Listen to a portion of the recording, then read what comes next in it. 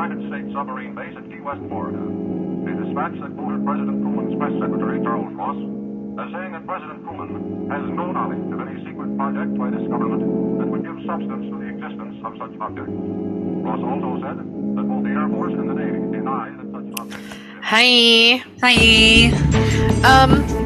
So, hey, what's up? My name's Noelle, and I just want to be forthcoming real quick. Am I excited about what we're going to be covering today? Sure.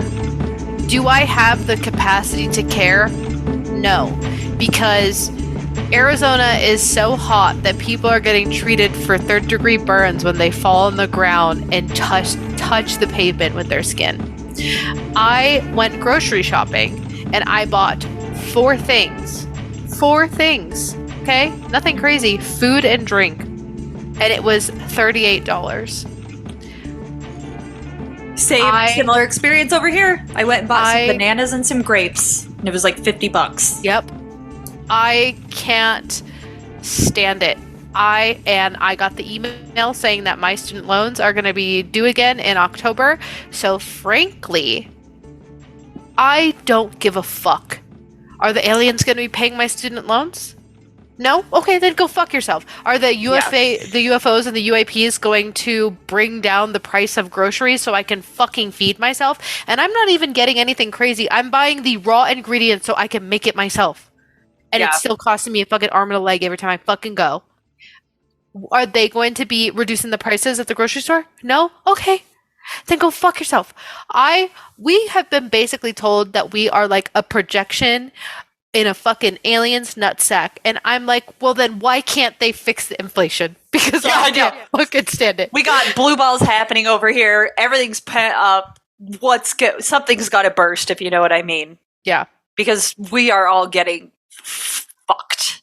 I know it. Oh, and I'm Chelsea. I agree with Noelle on everything she said. And also, I think I kicked myself in the shin last night and I have a little bruise. And I've been thinking about it all day because it hurts. You know, problems we face and the wars and battles we deal with every day. Yep. So, sorry for that.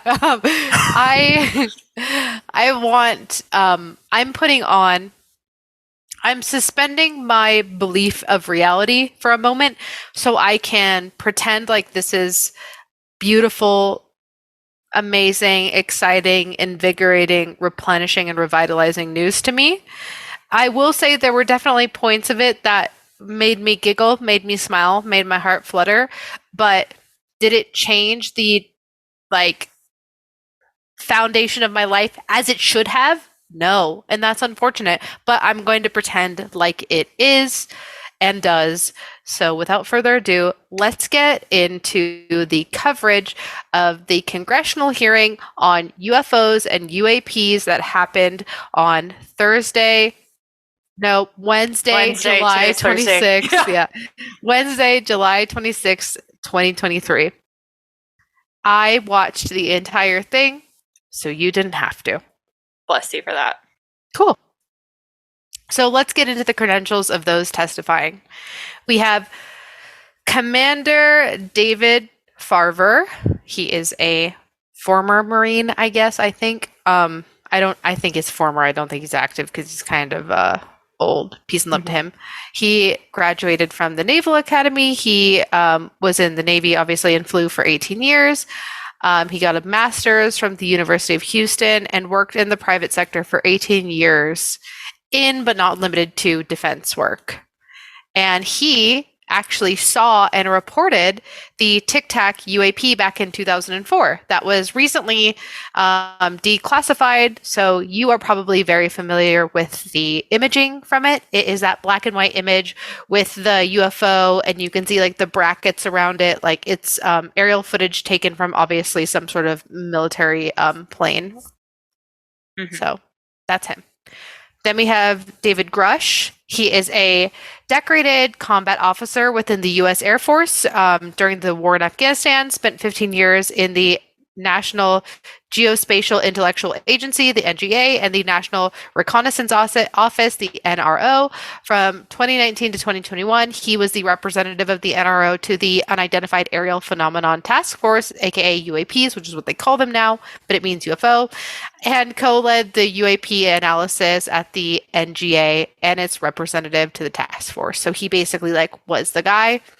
He assisted in drafting the National Defense Authorization Act of 2023, which includes provisions for reporting of UFOs, including whistleblower protections and exemptions to non-disclosure orders and agreements, as he is now considered a whistleblower.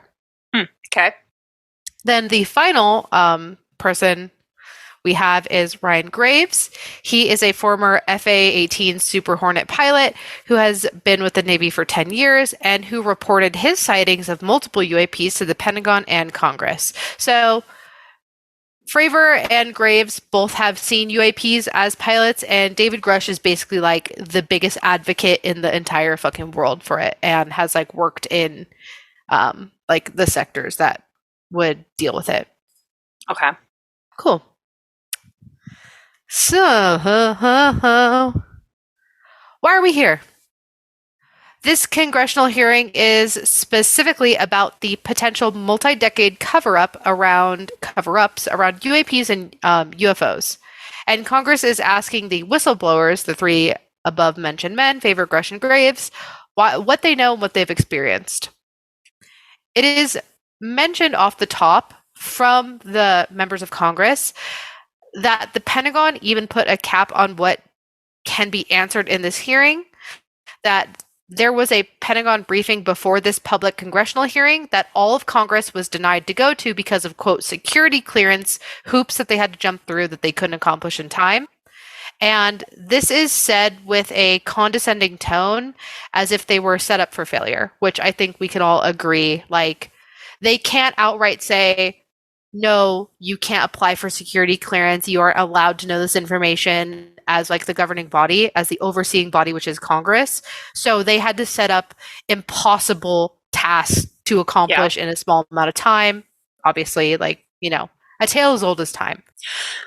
Yeah, they're going to cut them off at the knees. It was mostly performative, probably the congressional hearing, in my opinion.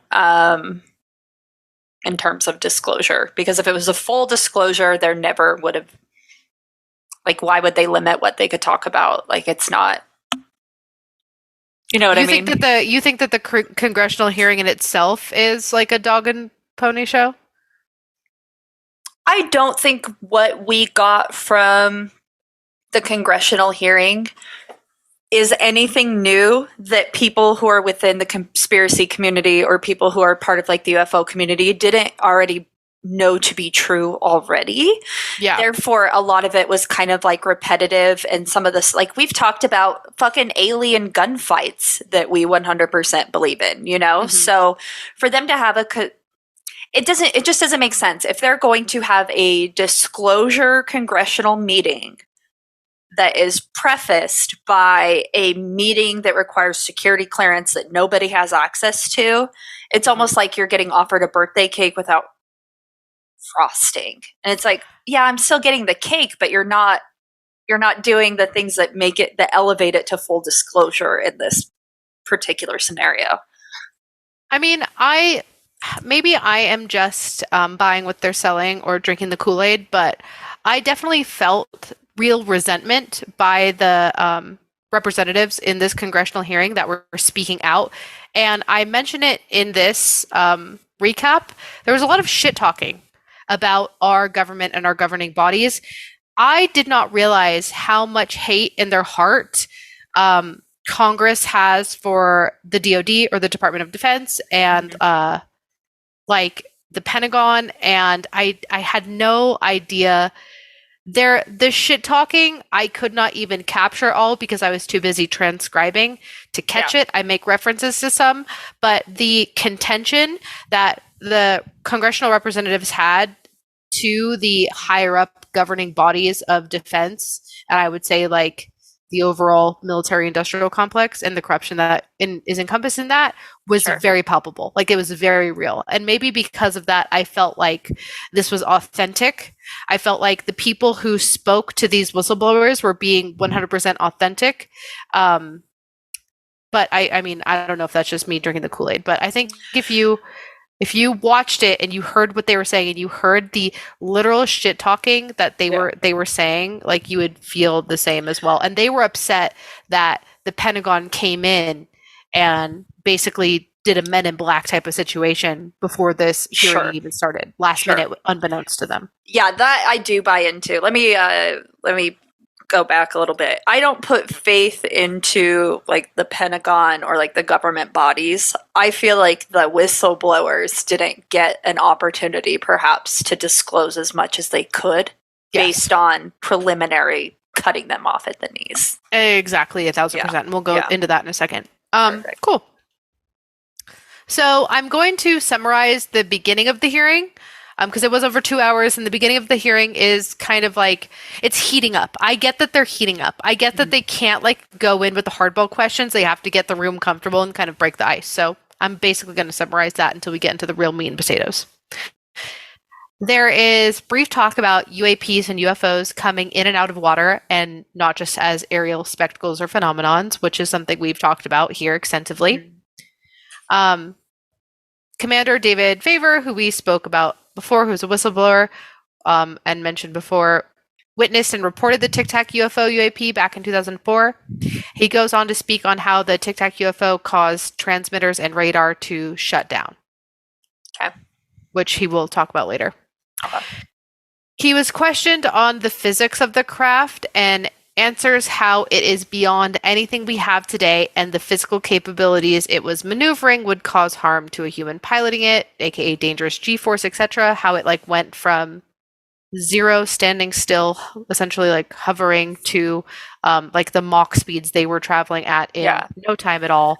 And when he says that it is beyond the physical capabilities and like capabilities of what we have today, militarily wise, he even says like even in the next 10 to 20 years, like that's how beyond it was. Or from what I understood too, it was like when they talk about physical capabilities, it was even just like when you think about fuel and power cells of being able to come from space, enter the atmosphere, and then go back up into space. We don't have that kind of technology now. It's either you go up and then you're down. That's it. There's no bit bopping back and forth between. Yeah.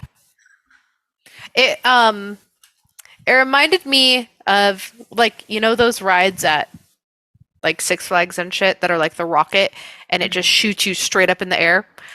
Imagine that, but it happened in a blip of a second and you went from ground level to outer space.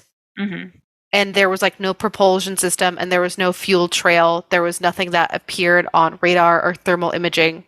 It's essentially like time travel would be the only explanation I would have, to be like they blipped from here and they blipped from there. Sure. So at this point they're mentioning but unable to get into publicly, and this is our first reference to a skiff, which is I'll define it in a second, but reference to what you basically were hinting at before, as to how the DoD continuously fails audits of the spending budget and DoD, Department of Defense, and that probably has to do with hidden allocations of money to the cover-up of UAPs and UFOs. And when I say cover-up, it doesn't mean just like hiding. It means also like actively participating in and collecting information and stuff like that. And just a historical fact check here, in November of 2022, the DoD failed its 5th consecutive audit, unable to account for 61% of its $3.5 trillion with a T in assets.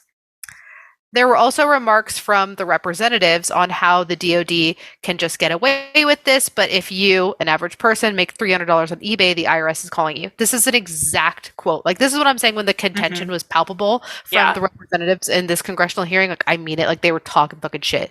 And then, just to jump back up, what is a skiff? And this skiffs will be the entirety of this congressional hearing. Anytime you think you're going to get something juicy, they mention it has to be spoken in a skiff. And a skiff is a sensitive, compartmented information facility in the U.S. military. national security, national defense, and intelligence parlance, it is an enclosed area within a building that is used to process sensitive compartmented information types of classified information. Basically, if you're given the type of clearance or ranking, you can go into a skiff, and it is the most like locked down place because like skiffs aren't even saying, I'm worried about you telling your husband at night. Skiffs are like, I need you in a fucking lead wall underground, like no interference for this information Like to be no recording equipment. Yep. You don't bring your fucking phone in there. You don't bring any electronics in there. Yeah, it's I like can the only ultimate imagine clearance you're level. getting like a fucking cavity search. Like it is, it's insane. Like when looking into a skiff, it's because I thought like, oh, this is probably like where they do their vetting for the people. It was almost lackadaisical when speaking to who can like come to the skiff. The purpose of the skiff is like you're in like augmented reality, like by the military to make sure like nothing is being fucking recorded or no one can fucking hear. It's crazy. So Okay, anyway. but real talk, that would be super cool if there was like an augmented reality that they could put people in, like a Judge Dredd type scenario where it's like heavily militarized by the police and you're like literally the reality cops and you're in there. But then one day, like a little kid fucking hacks it on accident. And then it's like Die Hard meets 007 meets hackers. Cool. That would be fucking cool. But I mean, that's basically the vibes I got from when they just described this secret government building. So anyway, there's a concern that Graves speaks to, which is brought up by a question from AOC. Hell yeah. Which is tight. And friend of the podcast, for sure. Friend of the podcast, big time. And that is that the FAA doesn't have a formal process for pilots to report UAPs. And I will say that it is like between Graves and Grusch, they are both really passionate about talking to the fact that this is like a stigma and that military personnel and pilots, or honestly anyone who sees UAPs or UFOs, is like shunned and fucking just their career is ripped from them if they speak out about it. There's a quote that I'll say later on. And their biggest thing is like, we know that like we're martyrs for this cause, but we hope that like speaking on this and creating a formal process can reduce this stigma of it being reported in the first place. Yeah, because look at what we've done to people in the past. Like my personal hero is Admiral Byrd, and he got completely buried for being one of the guys who, I mean, you know who Lindbergh is, and that guy fucking sucked. Like, and then you get people like Admiral Byrd who did way more interesting things and didn't fucking probably kill his own baby and definitely wasn't a Nazi sympathizer. Yeah. Trying to warn us about this landmass, and then the Nordic whites that were all down in Antarctica, and they buried him. His own like reports where he did categorize everything that he saw and he wrote it all down is treated as some sort of like fantasy novel. And on the flippity flip, I had told you, I think, or maybe I was talking to someone else about it, but Carlos Castaneda's book From the Fire Within, he used mirrors like fucking Constantine to fight demons in South America. This guy was an anthropologist, and he wrote this book about how the shaman wars are occurring and these shamans fight in water with mirrors to trap demons in them, and he got ripped apart. And then you don't hear about these people, and they potentially have information that could change the world. I wonder how these guys got all the way to Congress without getting taken out, unless they're fucking plants just saying who are playing the game. You know what I mean? Like, how do you, it's scary when you get to the point of seeing what's happened to other whistleblowers in the past. How have these guys gotten so far without being taken out or MIB'd?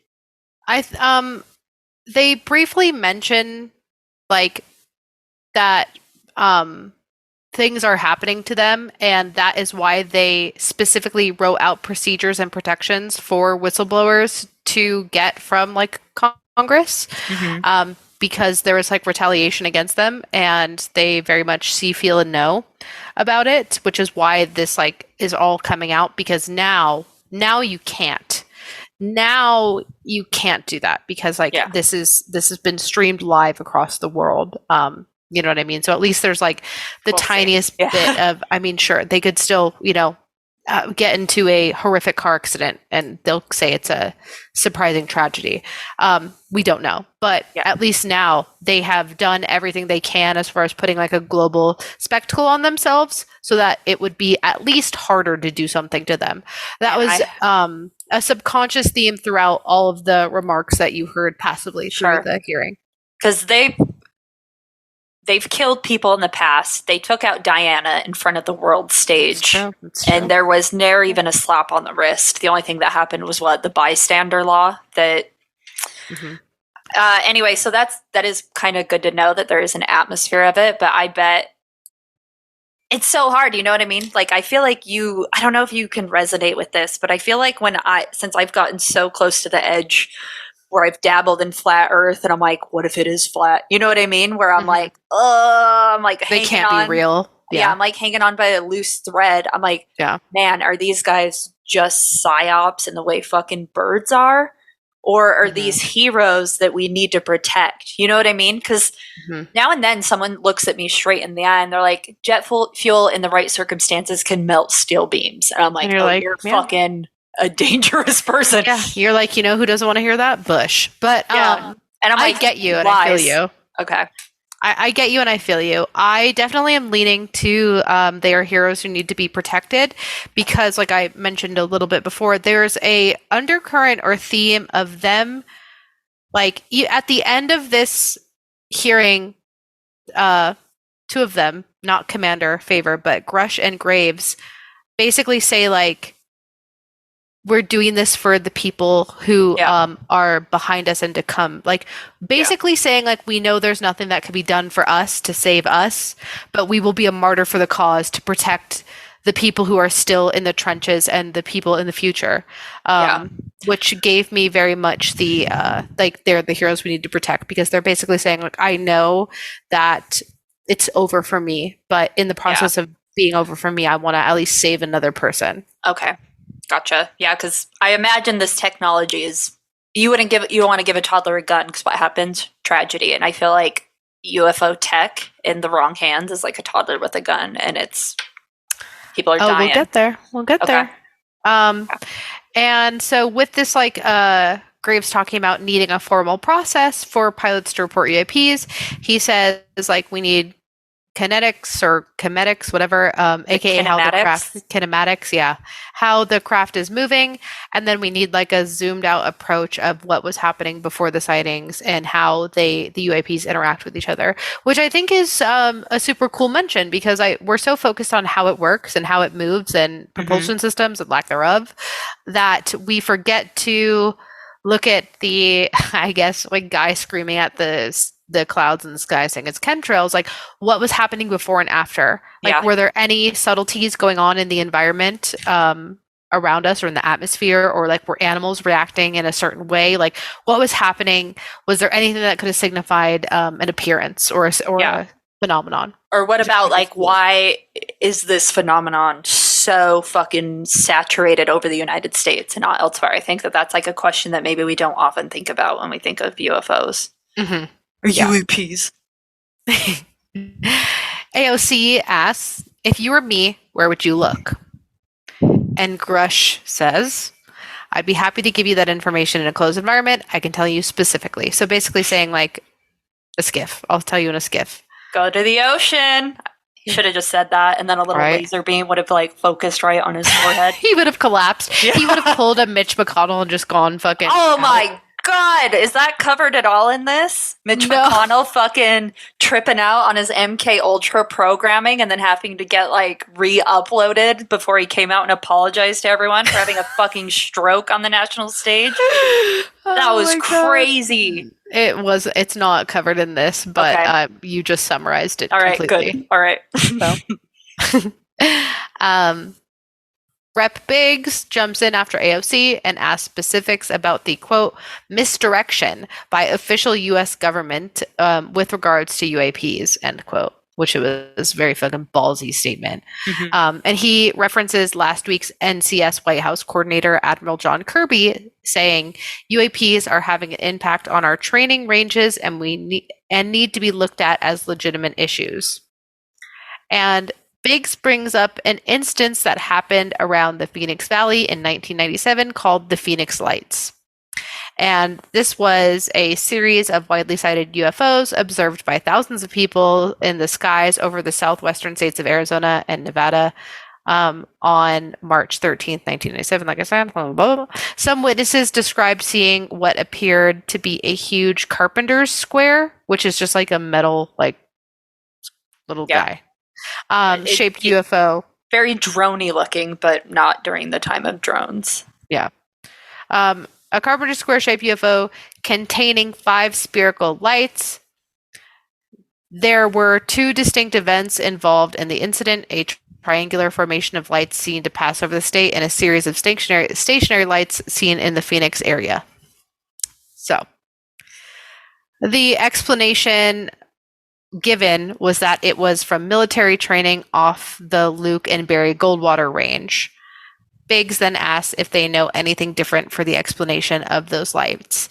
And I just want to say that, like, Biggs during this segment, like, he literally opens up with a personal experience that he, like, dealt with and lived through, and that he, again, the contention is palpable. When he asks, like, do you know anything different of that? It's basically like, I know, tell me the truth. Like, I know that that's not for real. Tell me what you know. Gotcha. And so it felt very for real.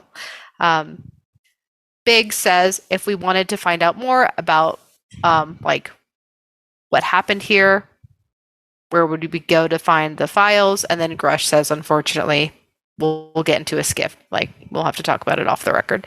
Also, sidebar, the name Barry Goldwater, which was the explanation, like they said it was the military training camp called Barry Goldwater, where that's what these UFOs were.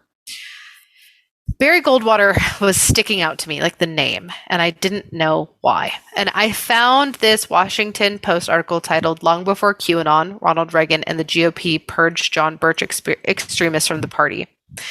That's the whole title, it's a big title. And from it, I saw this, quote, "In a hotel suite in Palm Beach, Florida, Buckley and Kirk found themselves giving Goldwater advice about how to respond to the right-wing John Birch Society's surge in popularity.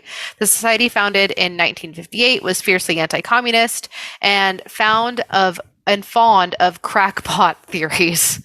Its founder, candy manufacturer Robert Welch, had accused most of the U.S. government, including former Republican President Dwight D. Eisenhower, of being under secret communist control, but Goldwater had a problem, much like the ones that Republican leaders face today, as many of their voters embrace QAnon conspiracy theories and President Trump's false claims of a stolen election. Goldwater wanted to distance himself from the conspiracy theories, but he feared alienating his base. He said, quote, "Every other person in Phoenix is a member of the John Birch Society," end quote. Goldwater told Buckley and Kirk, quote, "I'm not talking about commie-haunted apple pickers or cactus drinkers. I'm talking about the highest caste of men of affairs," end quote. Man, highest caste. Who gets higher than a fucking UFO? Because Eisenhower sold us off. So the synchronicities in this are insane. That's scary. Yeah, for him to say that too, like, right? Scary.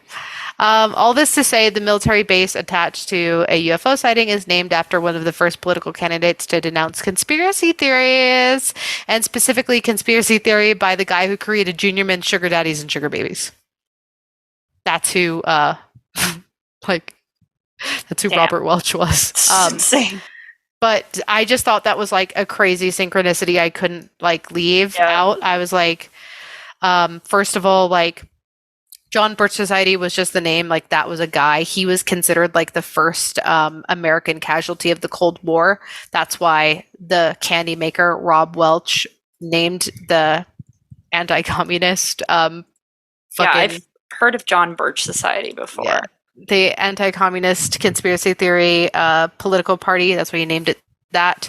But his like specific just laser focus in on Eisenhower. And obviously, we know about Eisenhower in the missing minutes, and Eisenhower basically being the first time we can say in conspiracy theory land with actual military documents and government forms that where was he during that time? Potentially meeting with Grays, which I just think is so fucking interesting how this is all connected. But it's also super interesting and unfortunate, and maybe this does exist out here, but like John Birch Society and then Goldwater, like looking them up, seem like a bit more conservative leaning. Yeah, they are. I wonder if that would be worth investigating, like more left conspiracy type things. But I don't know. Maybe we just the agenda of the left is often to shoot itself in the foot. So maybe they don't get a chance to do anything else. Yeah, they're too busy hanging themselves. So, but anyway, back to the UFO hearings.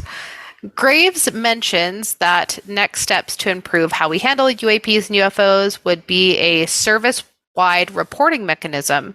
And they noted that that is still pending. And I think this is interesting and funny and sad because basically what they're asking for is what is the reason why serial killers went rampant throughout the United States in the 60s and 70s, because there was no system of collecting and sharing data across the not cities, counties, police stations. There was nothing. So you could just go to the city over and no one would fucking know, right? And basically the military has that same problem. There is no system or service of reporting, like a reporting mechanism that everyone can share. Yeah, they do the same thing with like assaults and rapes within the military. They don't give a shit about boots on the ground. They're not going to give a shit about boots in the air. Exactly. And he mentions like it would be great for record keeping, obviously, and then helping to remove the stigma around service members reporting UAPs. Again, that's a pretty big theme. That actually should be a pretty huge theme because like we've joked about it before of like what's the stigma of people who claim UFOs? You're a conspiracy theorist, you're like backwoods crazy. And I'm sure that can ruin a career in the military. Like easy if you're trying to push too hard about seeing a UFO. Yeah, it has and it will. So I completely agree with them. And as mentioned above, the UAP task force in 2019, that guide written, Grusch actually helped author it, but his feedback on it around specifically classifications is like they're basically insanely overclassifying things and locking it down. And he said, quote, "American people deserve to see the recent takedown footage," end quote. Then Commander Fravor, I genuinely, it's just past my head at this point. He brings up TSSCI classification, which TS/SCI, meaning top secret sensitive compartmented information, which is overclassified or overclassification. And he says that UAP footage is extremely overclassified as TSSCI. Even when it was just shot by a civilian on an iPhone, it gets put into a vault by the DoD and intelligence agencies, never to be seen again.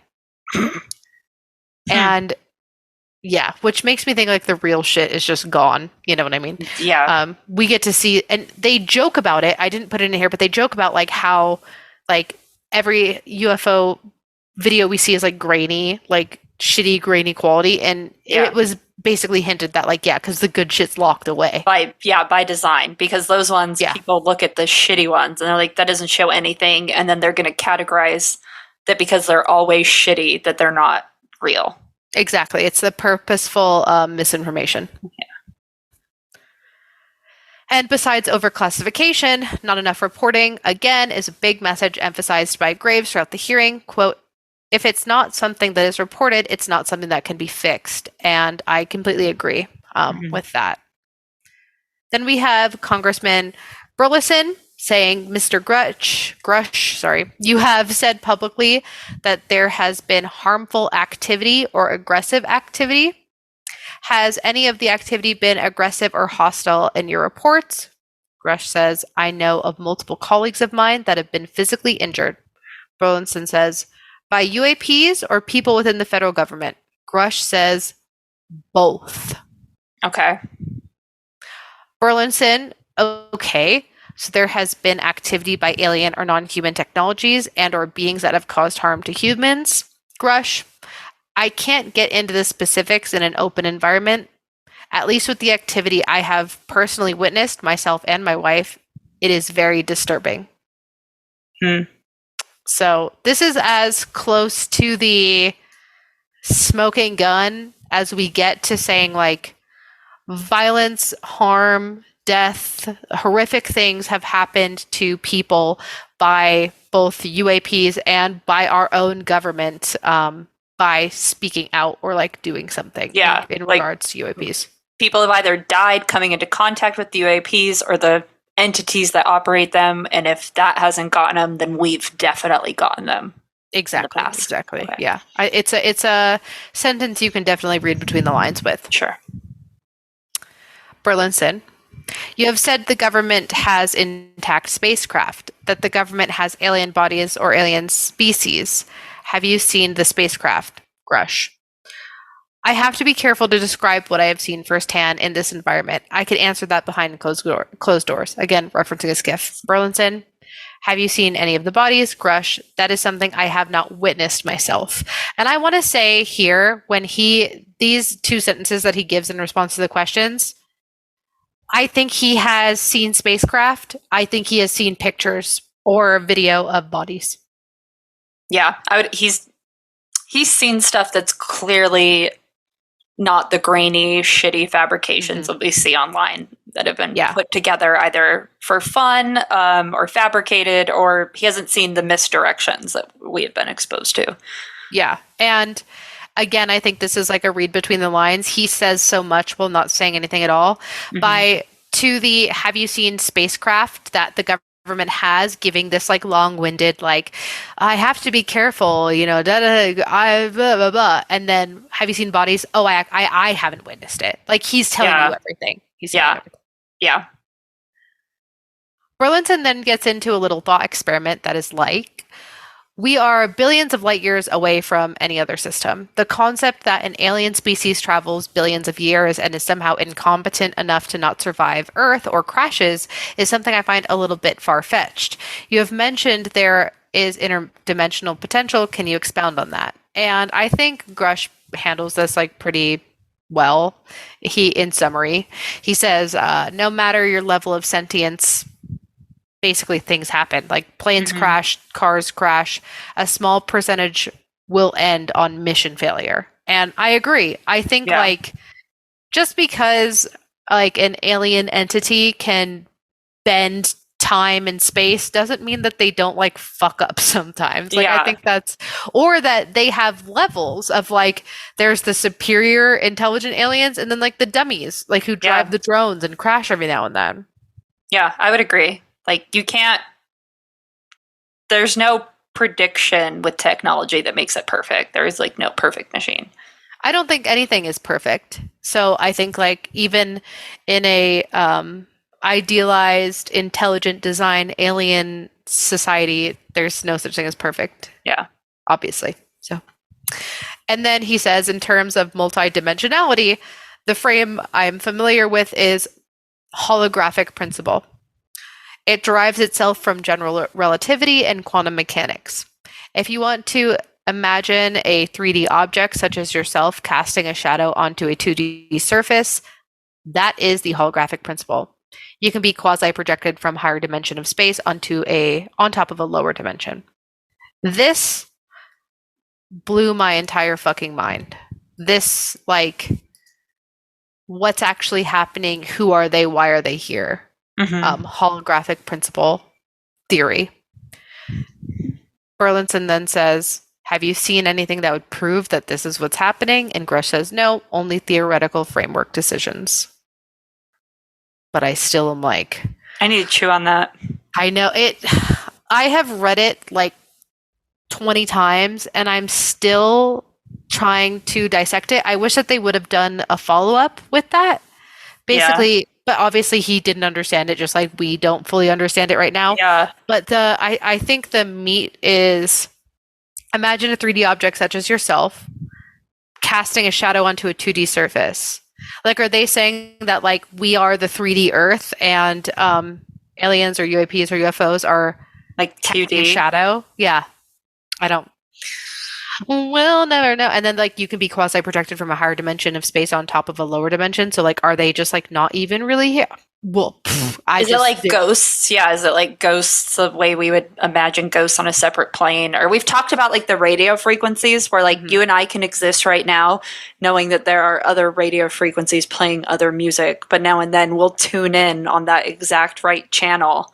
And it doesn't mean that everything else ceases to exist because we're on a separate channel. Like multiple things can exist at the same time. Exactly. That is kind of what I envision this is. It's basically the multiple the multiple frequencies happening at the same time. The multiple dimensions, if you will. Yeah. Burlinson then brings up Occam's razor, which in philosophy is the problem-solving principle that recommends searching for explanations constructed with the smallest possible set of elements. So basically, the Occam's razor, like principle, philosophy, train of thought is disprove it to prove it. So he says along the lines of, these craft have been identified and are not being created by military contractors, correct?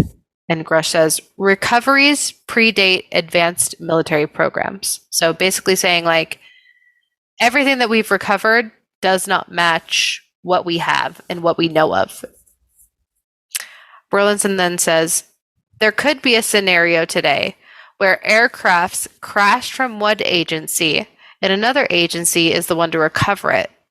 And that program the craft came from is unknown to them. So the recovering agency could see it as alien in origin. Like if a Chinese craft crashed in the United States and it was just a technology we weren't familiar with yet. Yeah, or even as mentioned above, like there's no talking between our own military sectors. Oh, like, yeah. Like, what if the fucking Marines crash something on Army ground? Yeah. Yeah, okay. Exactly.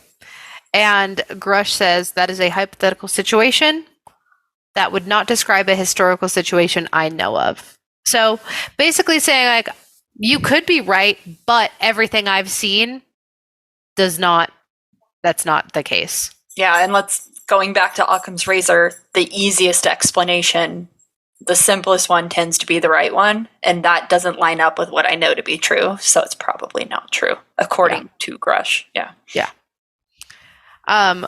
We then have questions from Matt Gates, who seems upset and frustrated, but in a, again, shared commiseration type of way about an instance where he was called on to a UAP situation a few months ago from Eglin Air Force Base in Florida. He was blocked from certain members of the flight crew, evidence, and radar signature.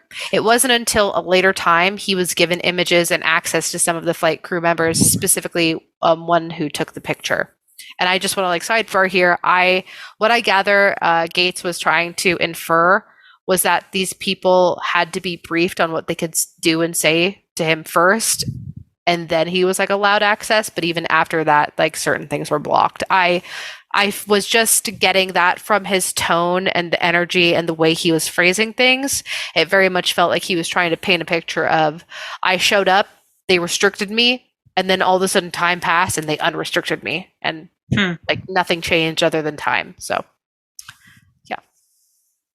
Gates says that what he saw when they showed him the images cannot be attached to any human capability, either domestic or foreign, and that he would be privy to that as he has served on the Armed Services Committee for 7 years and served on the DARPA, good old friend DARPA, and Advanced Tech Committee for several years. So he's basically saying, I know of our secrets, and that wasn't even a secret. That is beyond our secrets. That is 20 years beyond our secrets. And again, this is why I think this is so for real, because the contention and the palpable anger that you felt from some of these representatives, commiserating with the whistleblowers, and just shitting on the DOD and stuff. It felt like specifically with Matt Gates, It almost felt like he was upset that he wasn't given the toys. You know what I mean? Like, he's like, I fucking worked on all this goddamn shit, and I was a fucking defense contractor, and da-da-da-da, and I sucked the government's dick in fucking private sector and black ops, and they still wouldn't show me the shit. Like, it felt like that's what he was saying. Like, everyone who had snarky comments when also going over their resume of why you should believe them, it felt like they were disclosing that to be like, I'm fucking mad, and I'm doing this right now, who filmed on national television, global television, because I want the people who are ahead of the people in charge to see how fucking mad I am for not being involved. Like, it wasn't just performative, it seemed like authentic anger that they weren't part of the club. Yes, and it was authentic anger from ego, very much. Like, Matt Gaetz is like an asshole anyway, so I'm glad he was mad about something, but I don't want to agree with him in what we're mad about. Yeah. So that. And when he spoke with the crew from the incident in Florida, he asked why the video wasn't engaged. And the crew says they were out on a test mission over the Gulf of Mexico, and they are supposed to have clear airspace for test missions. They saw 4 craft in a clear diamond formation and then see one large floating orb. When they approached this, the radar went down. They called it like the FLIR system. FLIR system malfunctioned, and FLIR is ground surveillance radars and thermal imaging. And they manually took the image. It was not automated in collection like you would usually see with military tech and intel. Okay. They went analog, basically. Yes. With the image. Big time. Fravor echoes his concerns with UAPs being able to disable our capabilities, and that the only evidence we get is passively, like in this example, or analog, as Chelsea mentioned. Gaetz then asked Graves if he's seen or heard of this, quote, intelligent formation, end quote, which is just as he described above, multiple craft in sync with each other, like as a phenomenon. Basically, any movie synchronized and coordinated. Yeah, exactly, in their maneuvering and stuff. And Graves says it reminds him of the gimbal incident. The recording you're breathing into. So sorry, I'm getting all huffy over here. The gimbal incident, which in the recordings on their FLIR system showed a single object that rotates, but the pilots who were actually there witnessing it call out seeing multiple objects, but those objects do not appear on our FLIR system or radar system. And Graves then echoes how the pilots are still facing issues reporting what happened on this day. And this was actually terrifying for me because I feel like I've talked about it on here. Maybe it was just on Patreon, or maybe I didn't talk about it at all.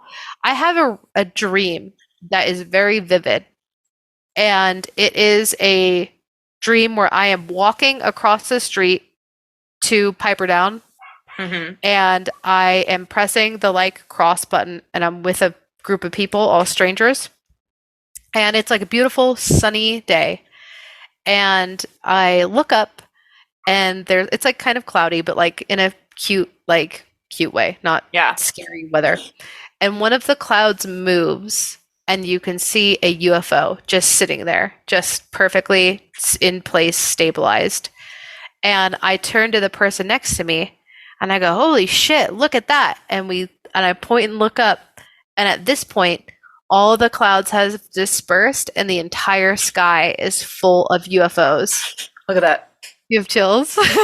That's fucking scary, dude. Like that. I'm so scared of aliens.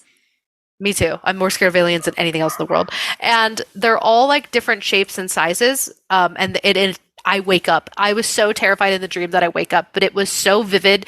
You know how people have like weird things in dreams? Like, it was my house, but it wasn't my house. No, this was like a fucking premonition. Everything was exactly how it is in real life. Like everything about the sidewalk, the button, the people, the buildings, like it was real. It was so... when they say that like the radar would pick up one thing, but the pilots were actually seeing like a mass, like a multiple crafts, that made me think about this dream, because I was like, that's the T. We'll think it's one fucking craft, and we'll show up with one fucking, fighter pilot, and then it's a horde, it's an army. Yeah, it's like we're fucking bringing a knife to a gunfight against them. I'm surprised that the gimbal incident got brought up and then thus giving more credibility to it, because that was a pretty big deal when it happened, because that ended up being leaked footage of a UFO. And this was another one of those things where like the intelligent formation did not match any laws of physics that we understand in a way that we can apply them to our own craft. And this was like propulsion, no exhaust, yet it still like moved like a fucking fever dream in the sky. And then the Pentagon came out later and made it, what am I thinking of? Authenticated it? Authenticated, there you go. And they ended up, giving credence to it that like, yeah, that was an incident, but they don't ever want to say, they hide behind the veil of UAP and UFO. They won't ever say fucking outer space aliens, little green men. And I feel like that's part of the cowardice. Like, well, they bring it up kind of. You'll see when we get there. So anyway.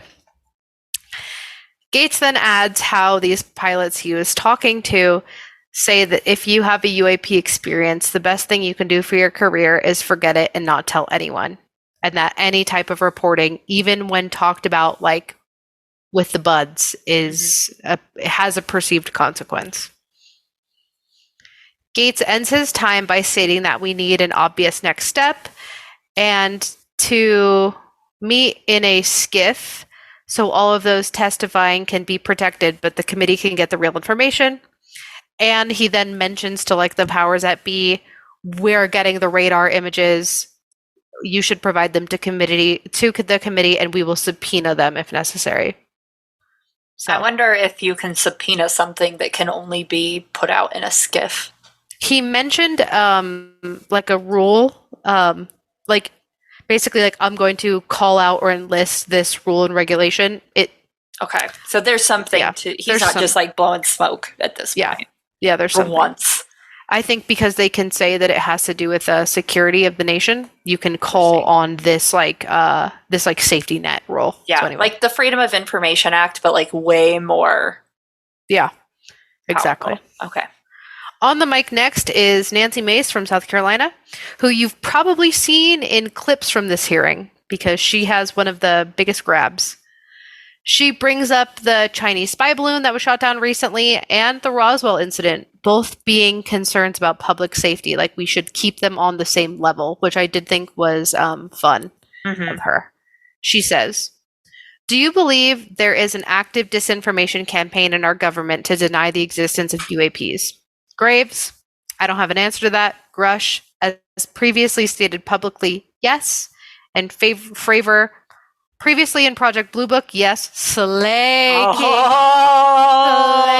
King. But I currently do not speak for the U.S. government. And this is the commander, by the way. Fucking ate the house down with that. In answering another of her questions about service members reporting UAPs, Graves mentions an estimated only 5% report. So she's like 95% of them go unreported. And he goes, yes, and that's like taken from my personal experience, like the interviews that he conducted and stuff. Fravor, answering her questions, says that the Tic Tac UAP moves in ways that defy physics as we know them, as mentioned above, but emphasized here again. It cannot be overstated how it's not even that it's like kooky and freaky and fast. It's that physics as we know them does not allow that to be possible. Yeah, it's the magic bullet with Kennedy. Whenever there's something, like we understand physics enough to know, like we may not be able to obtain tricks to physics yet, but we understand enough to know when something isn't following the laws of physics. And you get the magic bullet with Kennedy, and then you get the Tic Tac type UFOs, and then you get even just like the massive like pillar UFOs that are around Mars. Like they're way too big to not get pulled into gravity. Like that's the type of stuff that we just don't understand. Yeah, it just like doesn't exist in our understanding of the world. Also, sorry for that big gulp if anyone heard it. Oh, I've been sipping this whole time, so free ASMR. Yeah, some people that is like nails on a chalkboard. Mace brings up how most excuse UAPs as classified military experiments by our own government, but asks Fravor, with his experience as a pilot, does our government typically test weapon systems next to multi-million-dollar jets without informing our pilots? Which is a slay the boots down question. And he says, nope, we have test ranges for that. Which is like, this is one of my favorite interactions because people always say like, oh, it's a government thing. We were testing out something, you know what I mean? Like it's a secret project. And it's like, yeah, but like we're money hungry demons. And so no one would like test their secret $1 billion project next to their current $1 billion project just in case, like, because they still want both of them to run. Like, yeah, it's crazy. Mace also asks why Fravor thinks it took 15 years for the Tic Tac to be declassified, and he says it was ignored when it happened and sat in a file. And then she jokes that happens a lot around here. Just incompetence then. Yeah. Mace then asks, do you think that officials in our highest government apparatus have unlawfully withheld info from Congress and subverting our oversight authority? Grusch, I know of certain elected leaders that have more information. I am unsure of what they have shared, but I would not be surprised. Which is tattling on y'all. Mason says, you say that our government is in possession of non-human spacecraft. Based on your experience and extensive conversations with experts, do you believe our government has made contact with extraterrestrials? Grusch, something I can't discuss in a public setting. So mentioning a skiff again. Mace mentions how she then can't ask when he believes this happened. Mace, if you believe we have crashed craft, as stated earlier, do you believe we have the bodies of the pilots that piloted the craft? And this is where I know everyone knows what I'm talking about here if they've seen the footage, because Grusch says, as I stated publicly in my News Weekly interviews, biologics came along with some of this craft, yes. Mace then follows up with, were they human or non-human biologics? Grusch, non-human. And that was the assessment of people from that program that I talked to that are still on that program.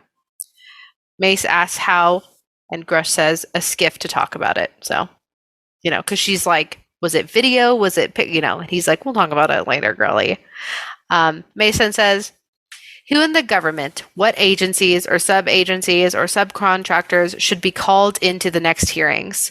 And she mentions like programs and funding, like what's out there. Basically, like who do we need to talk to next? Grusch says, I can give you a specific cooperative and hostile list of those involved after this hearing. Oh, he is just spilling it.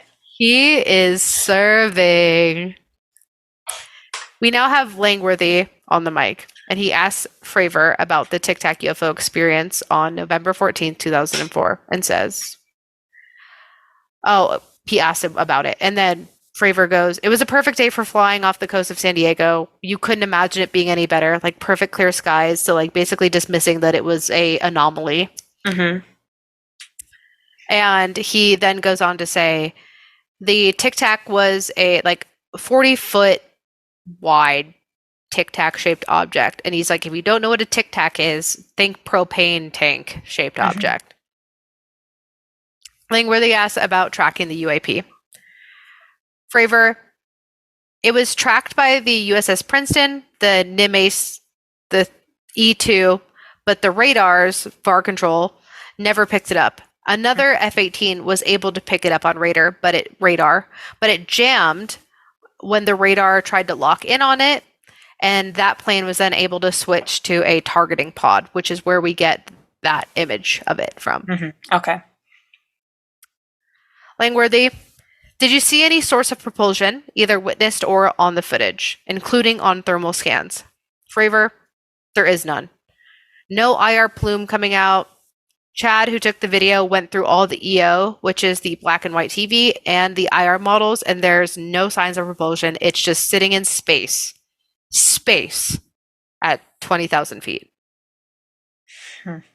Langworthy, have you ever seen a propulsion system that creates no thermal exhaust? Fravor, no.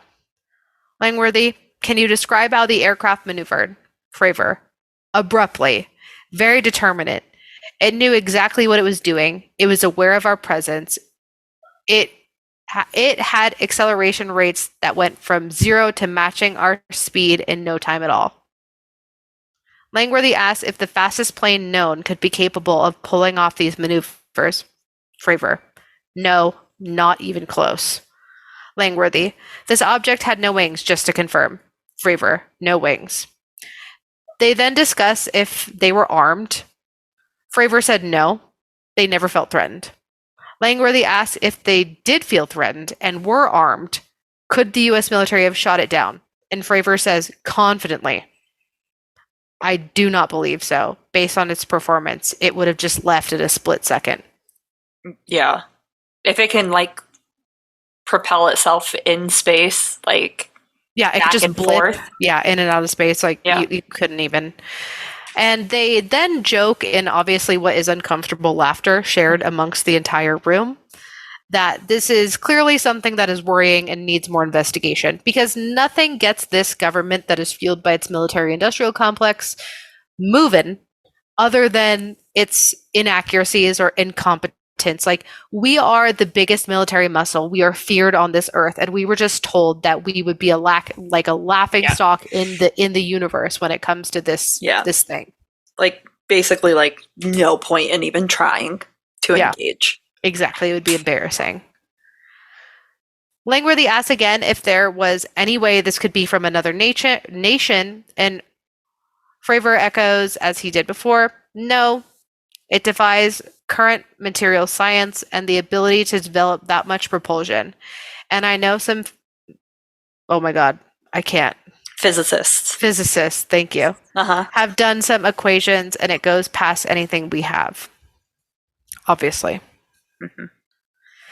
Andy Ogles jumps in, who, first of all, I want to mention, as we kind of talked about briefly with Matt Gaetz, the UFO trials are really bringing the people together.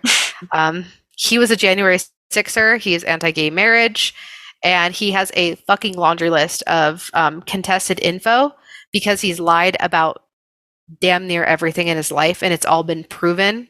There's an entire section on his wiki called Child Burial Garden Controversy, where he set up a GoFundMe for his stillborn child, and talks about an elaborately detailed tombstone, which was to contain a life-size statue of Jesus watching over the children, benches for families to sit while surrounded by flowers in this special garden. That's a quote from the GoFundMe.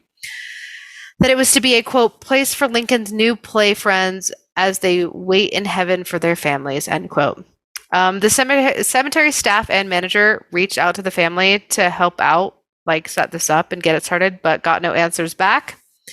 And apparently he just pocketed the $23,575 that he got from the GoFundMe and has refused to answer the local news stations during their investigations and for comments on the matter. See, Andy, aren't like, oh, I almost made a really off-cuff joke. A lesser person would make a joke. A lesser person, not me, being like, see, can't pregnancies that you end prematurely result in more money in your pocket at the end of the day? At the end of the day. Rights. At the end of the day. I didn't say it. Yeah. I didn't fucking say it. But at the end of the day, you know, the facts are the facts. At the end of the day, isn't it weird how you can end up with more money in your pocket? Yeah. I didn't say it. ChatGPT said it. I said it, so I'll take it. But all right. Anyway, back to aliens.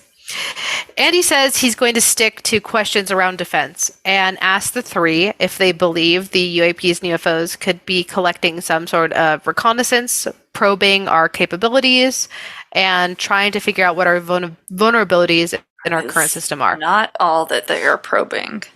Yeah. Okay. Someone had to say it. Hey. All of them, you agree unanimously, obviously. But they all answer potentially when asked if the UAPs could cause a grave case when it comes to national security. Which is like, okay. That's a little concerning. Yeah, I guess potentially. Can I have a yes or a no? Can I have a hard no on that one, please? Right? I'm like, give me something. But I mean, if they're jamming our radar and all of our functionality, like, you know, certain functionality in our airplanes and other equipment used to track them, yeah, I could see how that could potentially be an issue. Yeah. I think they wanted to say yes, but they couldn't, so they said potentially. Graves and Fravor are asked if the UAPs became hostile. Could they have defended themselves? Both say, absolutely not. There's no way. All of them also believe, based on evidence they've seen or witnessed, that the UAPs are interested in our nuclear capabilities. Yeah. Which is a tale as old as time. Yeah. Andy asks if they believe the Department of Energy is involved in UAP data collection and housing, which is, I didn't expect that one to pop up. Yeah. I think Andy knows something. I think Andy knows a little something. Graves says he doesn't know. Grusch says he cannot confirm or deny in a public setting. Another skiff is mentioned to discuss this question. And Fravor says he doesn't know. So I think we all know what the fucking answer is there. Yeah, we're housing this shit. They just built that huge facility for a massive object, like, to hide it. Obviously, like, define housing how you want, but yes, we are keeping this shit. Or even maybe live organisms. Like, but also the call out of the Department of Energy. Yeah, that's specific. Very specific. God. Yeah. Especially if they've been talking about the Department of Defense this whole time. That just pops up. Interesting, Andrew. I know it. Now back to Burshit, who is my fave TikTok communist app boomer. He's the one who, if you're on our platforms, our social media platforms, I clipped him saying it's tic-tac, not TikTok, like like the Chinese communist app. My daughter called me a boomer. I fucking died. It just revitalized me and rejuvenated me. He also starts off this portion of the segment, because he started in the beginning and now they're coming back to him, by saying, "Great questions, brother." Brother. To Andy. So another hot start. Burchett asks if they know of anyone who's been injured working on UAP reverse engineering. Grusch comes back with an immediate yes. Absolutely. We've talked about it on podcasts. There's been alien firefights where men who weren't supposed to stumble upon aliens working for the government did, and then they opened fire on them. Like, that counts. Also, not understanding how these crafts work when we do get them. Like, we're messing with shit that we don't understand. It's like another... What's that show? Noah, what's that show? Oh my god, what's that show? What show? What do you mean? The one with the thing and it's a portal? Bitch. Doctor Who? No, I know who Doctor Who is. What's the other one with, like, the circle? And they go through it to, like, other worlds. It was like a Rick and movie Morty. and a TV show. No. I don't. It's fine. No, it's not. What Oh my god. is the circle portal movie? I know people are going to be mad at us. No one knows what you're talking about to even be mad. I know what I'm talking about. Fucking Stargate. We're both stupid. I'm Oh going my to bed. god. I had no idea. There was nothing that you could have said that would have got me hinted onto Stargate. Look up Stargate. There are Stargates on Earth. Anyway. Okay. Um, Different time, I suppose. He says yes. Burshit, how were they injured? Was it something like a radioactive type situation we didn't understand, or a Havana syndrome type instance? Which again, Burshit, with the kind of the hard hitters. And just for those, Havana syndrome is a cluster of quote unquote unproven idiopathic symptoms experienced mostly abroad by U.S. government officials and military personnel. The symptoms range in severity from pain and ringing in the ears to cognitive dysfunction, and were first reported in 2016 by the U.S. and Canadian embassy staff in Havana, Cuba. So basically, Havana syndrome is just shitty fucking terrible things happening to you as a military person that you have no fucking explanation as to what's happening or where it came from. The fact that they say it's unproven when it's literally just headaches, dizziness, memory problems, hearing loss, visual issues, and other neurological and cognitive difficulties is such bullshit. It's like the new shell shock. Yeah, I think they say clusters. I think they say unproven because they're not willing to tell us what that they were doing or what they were experimenting on that caused it. They absolutely won't, because my sister got weird injections that were supposed I don't know. Oh my god, I'm having a stroke. What do they give you? Well, Immunizations, and she got allergic to the fucking sun. Who do you think is testing the vaccines other than our fucking military? So yeah, it's Don't You just sleep put on your arm Havana out. syndrome. Yeah, you just put your fucking arm out and get a million shots. So anyway, And it doesn't only it happens all over the world, by the way. It's not just Yeah. Cuba. Grusch responds, I can't get into specifics, but you could imagine assessing an unknown unknown. There are a lot of potentials you can't prepare for. So I think he's saying all of the above, obviously. Obviously. Burchett, do you know of any individuals who are participating in reverse engineering of non-terrestrial craft? Grusch, personally, yes. Luna then comes back on to submit the News Nation article with Grusch for the record. She also asks why Grusch says non-human intelligence rather than extraterrestrial, which is a good question and kind of goes back to what you were saying, like why won't they call a spade a spade? Yeah. And he basically says that it's so complex in understanding and origin that saying non-human intelligence allows for more room for an open mind on what it can be. Oh, that's because they're fucking of this earth, man. They're not extraterrestrial. They're urban terrestrial. They're fucking ocean terrestrials. You know what I mean? I think it could be all of it. I think to fucking shoehorn us into one type is the same mindset that got us into believing. Oh my god, there's war. The cop. It's the dogs are playing and Puffin's pissed. This also.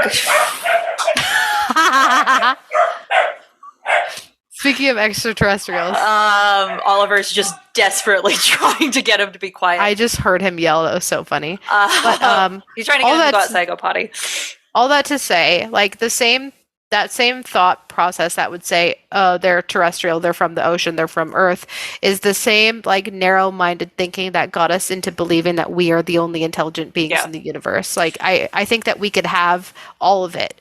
We can and experienced all of it. We can have grays, we can have reptilians, we can have Nordics, we can have ocean-dwelling terrestrials, we can have AI, robotic, fucking terrestrial, like all of it. We could have the UFO, UAP is the actual being, and then there are also people inside of it. We could have the whole gamut. It also goes into kind of like what we've discussed before, just the vibes I'm getting from it. Like when we say Bigfoot isn't necessarily what we would categorize as a cryptid, but something more of a extraterrestrial dimensional being. Yes. Where it goes back again to the radio station example that we like to give. It's these things are tuning in and out on our like cosmic radio, and we could all be existing on maybe we're the aliens in their world is kind of the vibe I'm getting from it, because of multiple realities can all be true on the various planes, like layers of the cake, so to speak. Yeah, exactly. It's just flipping through the channels, and we're just one of the many radio stations. So Luna then brings up government treaties, and Grusch comes back swinging. He says, or actually she says, Article 3 of the Nuclear Arms Treaty with Russia identifies UAPs specifically. She asks if there are safety measures in place with other nations, foreign governments, or super PACs to avoid an escalatory situation in the case of a malevolent UAP. Grusch says, yes. You are actually referring to a public treaty in the UN registry. The Agreement on Measures to Reduce the Outbreak of Nuclear War, signed in 1971. It's an unclassified treaty publicly available. If you cite the George Washington National Security Archives, you'll find declassified in 2013 specific provisions and the specific red line with the specific codes pursuant to Article 3 and Situation 2, which is in the previously classified NSA archive. That is what I would try to access, because I got a wall of silence from the White House asking for the specific incidents when the message traffic was used. Some scholarship on that would open the doors for more investigation. So basically, this is the most like detailed answer he gives us, because, and he explains this later on, but because this is all declassified, he can reference the specific sections and articles and places to cite and where to look, because all of this was included in that mass NSA declassification. He doesn't have to hide behind a skiff with Exactly. Luna, you mentioned white-collar crimes potentially taking place in regards to a cover-up. Grusch, I have concerns based off of investigations I conducted with my official duties that have potential violations of the Federal Acquisition Regulations, the FAR. aka, as mentioned above, where do you think that fucking DOD missing $1 trillion goes? Mm-hmm. Raskin asks Grusch why he can go into detail on some things and none on others. Grusch responds that based on his Defense Office of oh my god, I can't. Pre-publication, thank you, and security review, or dope, sir. It's determined to be classified. He is only publicly commenting on things that are unclassified, but can answer more in a skiff at the right level. So the greatest example is the one above. He could literally go into perfect and exact and specific detail because those are all on declassified docs. Grusch goes on to explain a military pilot seeing a UAP that matches other reports, which is a dark gray or black cube within a clear sphere with no propulsion system or tether to the ground.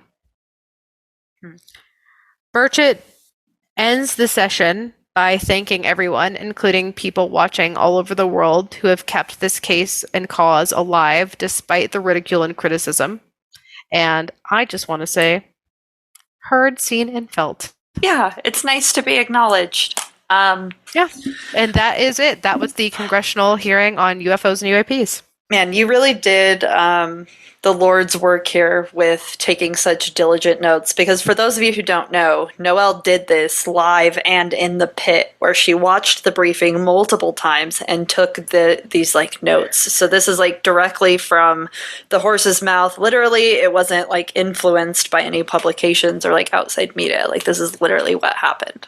Yep, this is just fully transcribed and summarized from the live congressional hearings. I did have to go back and rewatch it just to get clarification on certain things. But yeah, this is just fully from that. No influence or bias other than our own. The wolves inside of me, let's talk about that, because I want to digest what I've heard. The wolf that got too close to the fucking sun on flat Earth is saying is this performative, and what are they hiding? Like the mention of skiffs. Like what's the point of a hearing like this if all of the juicy bits have to be done behind closed doors? And there were some things that did come out. I think that it wasn't necessarily the fact that we have biological samples of pilots or anything like that. I think it's the tidbits that the congressmen let slip, like Department of Energy and like housing, things like that. I think that stuff was more interesting, and I feel like they're more likely to slip up than the whistleblowers. I am wondering what step 2 is going to be, because based on everything that they talked about, it sounds like there needs to be more transparency, better reporting methods, and then less stigma attached to reporting. So are we going to see a step 2? And if not, is this just yet another distraction from what's going on in the world? Like, is this thrown out so that we stop complaining about how fucking hot it is in Arizona right now? I think multiple things can be true at the same time. On my third watching of this, what I'm gathering and what I'm getting is the whistleblowers are, I think, for real.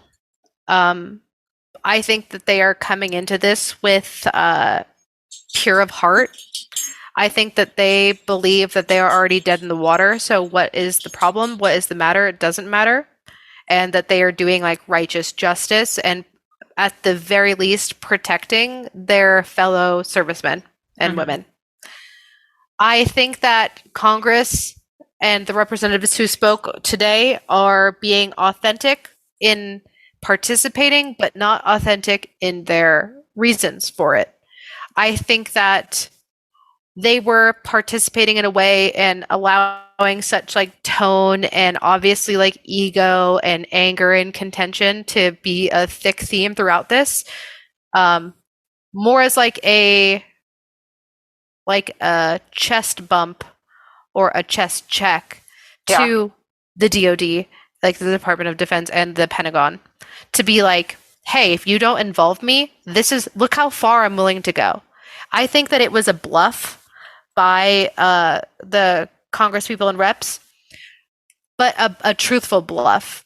The bluff was, look at how much I'm willing to say and let slip publicly. I'm going to get the world stage involved. We are going to make a public congressional hearing.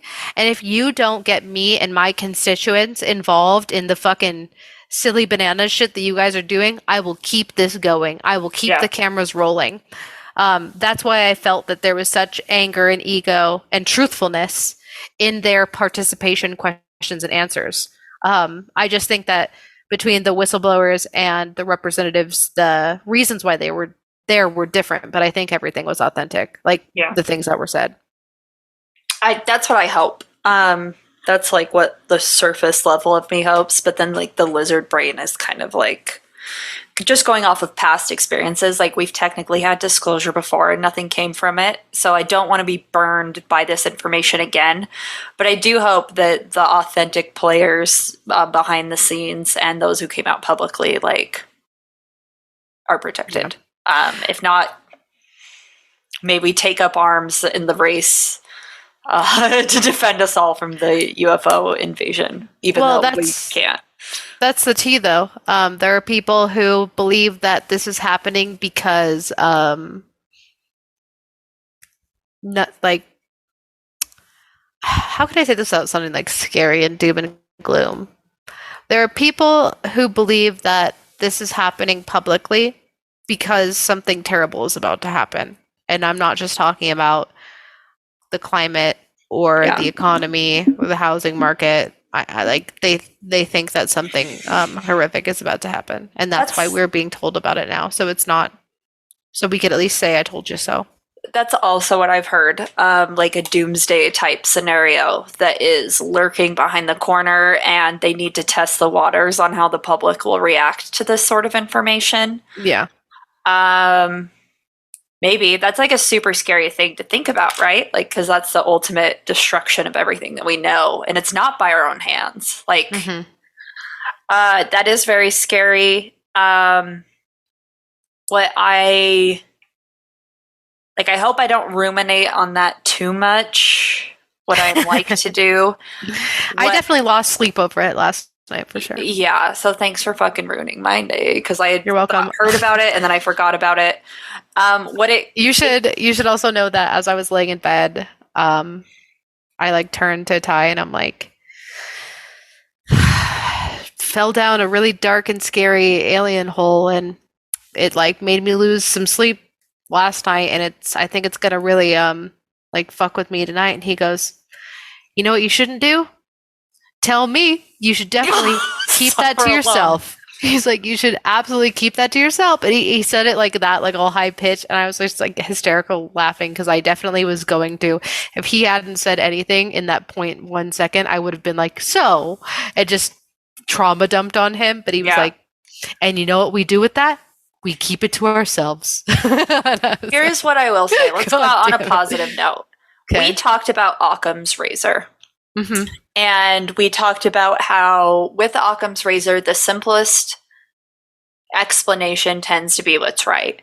Do we think our government really gives a shit about preparing us for a doomsday scenario when they've literally dropped the ball? They've let terrible things like 9/11 happen. They've let things like fucking Pearl Harbor happen. They've tested terrible assassination of JFK. Yeah, the things that they have done to us. I don't think that our government, especially people like Matt Gaetz and like all of these nonsense January 6ers, have our best interests at heart. What I think happened was maybe somebody flew, maybe on the back end, flew too close to the sun, and they wanted to get ahead of the issue so that they let this happen. And they're like, if you don't let the military report this more, we'll blow it wide open. I think something like that is more likely, where maybe the military has shit that they need to accomplish and they got sick of playing ball with the government. I think that that's more likely, where they're like, we got to start fucking pumping money into this sort of technology. And if we can't account for these trillions of dollars, then we're going to give you big problems. So it was kind of a way of letting us dip our toe in without pushing us in completely. Doomsday scenario is scary, but I think this has more politics going on in the back end. And this was a not necessarily a ploy, but it was an effort to placate probably the powers that be. What if it's just trying to get more money into the fucking Illuminati? The powers that be, I don't know. But I think if we follow the fucking money, it's always going to be that, especially when it comes to our government. And I don't think having our best interests at heart, especially when you look at some of those panel members that are fucking crazy and they lead back to some of like the most insane conservative PACs that have ever ruined our country, do not have our best interests at heart. They're not going to attempt to prepare us for a doomsday scenario whatsoever. Because if we want to go back to the OG hero, Admiral Byrd, they already have a landmass that has been unreported that they can all fucking go to when shit gets rough, and none of us will know how to get there because they've left it off of every fucking map, or they're going to go down with the Nordics in the center of the earth, and they're just going to leave us to fucking fry. They're never going to prepare us. They're never going to give a shit. Well, I mean, I want to agree with you. But you want to know what makes me believe that this is some sort of like not military political ploy for money and scamming? Bipartisanship. There was bipartisan agreement and collaboration throughout this entire congressional hearing. The fact that you had Matt Gaetz and AOC basically on the same platform co-signing on each other to have these conversations, nothing is scarier to me than bipartisan collaboration, because that means they were able to put everything aside to have a conversation, and that is the sign. Is it? Yeah. Yes. Let me chew on this. Let me just do those real quick. Examples. Actually, let's go here. Examples of bipartisan legislation in 2023. Okay, so this is just a super quick Google search. There's infrastructural legislation, criminal justice reform, public health and pandemic response, climate change and environmental policies, veterans affairs, education reforms. All are bipartisan collaboration laws or efforts that have been passed in 2023. So I definitely hear what you're saying. Like, why is this being so publicized when there are other things that actually affect boots on the ground? And I think that's just because they're less sexy. I mean, I don't know. I guess we'll find out, huh? Like, since when am I the one? You know what I mean? We've really reversed roles here. Because if it was just about money, it would just continue to be about money. It would just if it was just about making political moves and getting certain people in power, it would just continue to be the way it has always been, which is behind the scenes, out of sight, out of mind. But my hang up here is that the government gives enough of a shit about us to put on this performative display to mentally prepare us for a doomsday event. I don't think they do.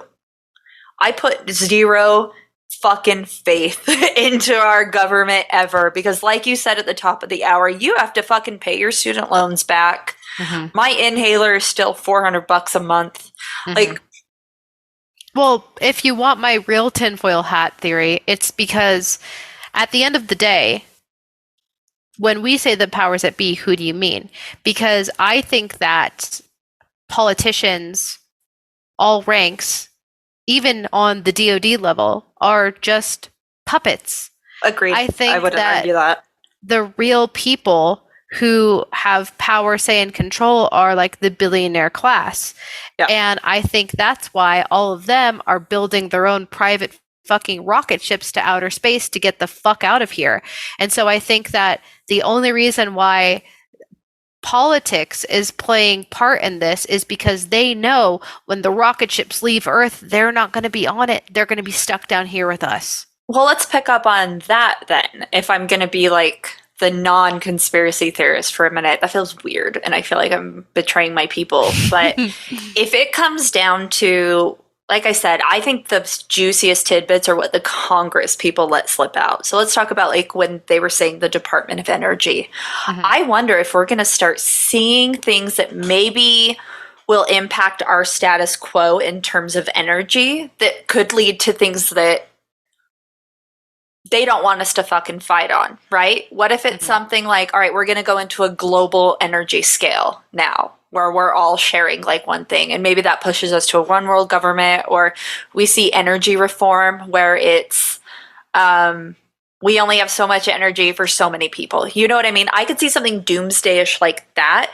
I think it's not necessarily going to come down to aliens. It's going to come down to some sort of status quo reform, and I would bank on energy right now because they fucking brought that up out of what I felt like was out of the blue. Yeah, it was very pointed. And what better energy? Like right now, probably nuclear energy is probably the cleanest energy we could get our hands on, or solar energy, and it's not fucking cutting it. So what's the next best thing? Coming out with like quote unquote alien technology that's gonna really change our perspective on the world, and that may be what they're preparing us for. Maybe. I guess we have no choice but to find out. So, yeah, that's that. That's that, baby. And speaking of finding out, you can fuck around and find out by going to the link tree in all of our bios. We are at Go to Hell Podcast. I am at Noelle Fain. That is at Sithlard. And in that link tree, you can get a link to our Patreon. $1 gets you in. Fun episode today. I feel like we got a little emotional. I felt emotional at the end. Yeah. Dude, you almost fucking had me until you said that the government was trying to prepare us, and I was like, "Hup!" That brought me back to reality. Of like, of course, the Earth is a fucking globe. You almost had me. You say that, but you really need to figure out who's truly in power and who the real puppets are, and then it all starts clicking. I will say that if people want to, depending on the type of aliens that are fucking coming, if it's the Greys, we might be fucked. If it's the Nordics, you got to flirt. Get them to fall in love with you because they are the most like us, or the Venusians. If it's a reptilian, get a fucking heat light, acclimate, become their friends. Hillary Clinton's one. The Queen of England's one, or was one. That's why she killed Diana, because Diana got too close to the sun. I can tell this is really bothering you because I was in the middle of wrapping up the episode and you could. I know. I'm so fucking sorry. Wrap up the episode. I'm so sorry. We have new fucking merch. Speaking of synchronicities, we've launched Beware of the Bird Drones, which was talking about CIA psyops to fucking spy on the American people. So yes. I'll go back. Which is based in reality, which is always fun. So yes, you could also find a link to our merch page. 100% of proceeds are donated from all of the funds collected there. You can also find a link to Kelly Holloran or at Wild Wood Owls Etsy. She makes cool shit for us, and she makes cool shit in general, so go check that out. We also have a link to our Discord group. Discord server, I should say. Server, come on, get real. Our Facebook group is also linked in there. I don't know why you need it. And honestly, I think our Facebook might be getting deleted anyway because I got a weird notification I can't figure out. But it doesn't matter. I saw that notification, and then I just untagged us. I think it was a weird ploy. I think it was a phishing attempt. Well, either way, if Facebook gets deleted, I won't be sad at all. And I don't know why you'd need it, but you could also find a link to listen to us, which is anywhere podcasts are heard.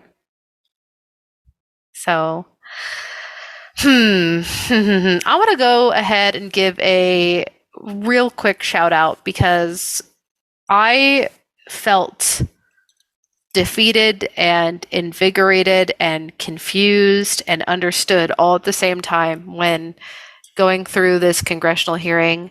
The fact that my father texted me about it, the fact that people were asking me questions about it, I went back and forth on believing and non-believing, and at the end of the day, the thing that really got through to me to be like, no, I think this is for real, is that above all, billionaires are the worst. And for that, I will say I'll put power into the only person who could do something about that. So I'll give a Hail Satan. Oh, man. Hail Satan, take down the billionaires. I'm going to say it. When shit hits the fan and the doomsday comes around, you got to hail Jesus. Also, hail the whistleblowers, and I really do hope that they have protection, because the only way it seems that any fucking things happen in our government is by calling shit out. Yeah, I will also give a hail to the whistleblowers. Fravor, Grusch, Graves. Throughout history, my favorite people have been whistleblowers. They are the reason why we have the protections and rights that we do today, especially when it comes to anything to do with workforce and unions. So big shout out to them, and I very much hope that they are protected and we get to see and hear more from them. So, yeah. Let's get the fuck out of here. Bye. Bye.